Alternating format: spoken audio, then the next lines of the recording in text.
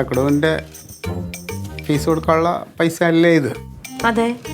ഇപ്പം 3 മാസത്തത് നമുക്കിപ്പോൾ ഒരുമിച്ച് അടയ്ക്കാതിരുന്നാലേ തങ്കം.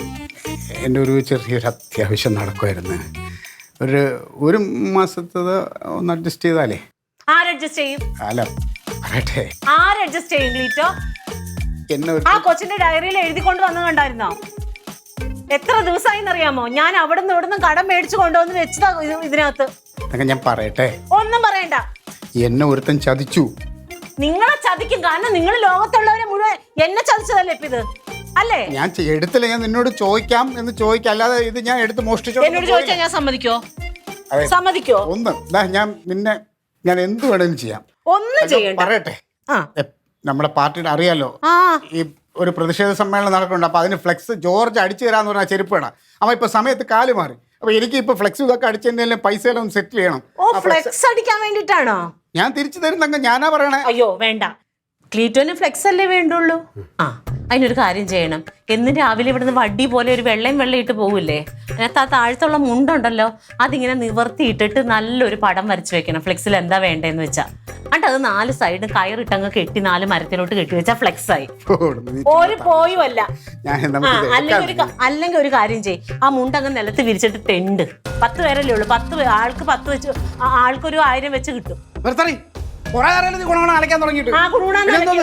ഒരു ആവശ്യം വന്നിട്ടല്ലേ ചോദിച്ചത്. കാല് പിടിക്കുമ്പോൾ നീ എന്റെ തലേ കയറല്ലേ കേട്ടാ. വലിയ മറ്റവളാവണ്ട.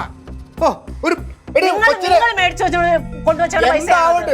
ഒരുമിച്ചുകൊണ്ട് സ്കൂളുകാരുടെ അണ്ണാക്കലോട്ട് തിരികണ്ടല്ല. ഇത് 1 മാസത്തെ അടയ്ക്കുക, അല്ലെങ്കിൽ 2 മാസത്തെ അടച്ചാലും ബാക്കി ഞാൻ ഈ വീട്ടിലെ ഗ്രഹനാഥനാണോ? ഞാൻ അനുസരിക്കാൻ നിന്റെ മനസ്സിലില്ല. നിന്റെ മനസ്സിൽ ആളുകളടി, നിന്റെ മനസ്സില്ലടി. നിന്റെ മനസ്സിൽ നിന്റെ ഒരു ആങ്ങളെയും നിന്റെ ഒരു അമ്മയും അവര് മാത്രമേ. കുറച്ച് പൈസ അവൻ തന്നതാ. എനിക്ക് എന്റെ പുല്ല് വിലയാണെന്ന് എനിക്ക് അറിയാടി. ഞാൻ ഇല്ലാതിരിക്കുമ്പോഴേ നീയൊക്കെ പഠിക്കുള്ളൂ. ഒരു ഭാര്യ വേണം ഭർത്താവിന്റെ വിഷമങ്ങൾ അറിഞ്ഞു കൂടെ നിൽക്കണം. അതാണ് ഒരു ഭാര്യ. അല്ലാതെ നിന്നെ പോലെ ഇങ്ങനെ കണ്ടവന്റെ സഹായങ്ങൾ അവനെയും താങ്ങി നടന്നിട്ട് ഭർത്താവിനെ മോശപ്പെടുത്തി കുറ്റപ്പെടുത്തിയും പറയണം. നീ ഒരിക്കലും ഞാൻ പറഞ്ഞേ എന്റെ കഷ്ടകാലത്തിനാണ് നീ എന്റെ തലയിൽ വന്ന് വിട്ടത്. ആണല്ലോ, എനിക്ക് തിരിച്ചങ്ങനെ തന്നെടി. നിങ്ങൾക്കൊന്ന് ഒഴിവാക്കി നോക്കിക്കോ, നീ അടുത്ത ജന്മത്തിൽ ഇതിന് നരകിക്കും. നീ നിങ്ങൾക്കുണ്ടല്ലോ, നിങ്ങൾക്ക് വേറെ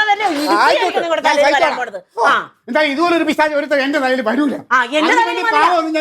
ഞാൻ എന്ത് പാപം ചെയ്തിട്ടാ ഈ മൊരമണ്ടൻ എന്റെ തലയിൽ മേലെ നീ കാലെടുത്തൊരു കാല് വെക്കൂലല്ലോ നിങ്ങള്. എന്നിട്ട് എടുത്തു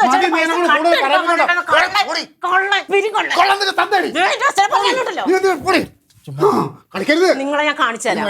നിങ്ങൾ നുള്ളിക്കോ, നിങ്ങളെ ഞാൻ കാണിച്ചു തരാം. ഇതോടുകൂടി ക്ലീറ്റസ് മത്തായി തീർന്നു.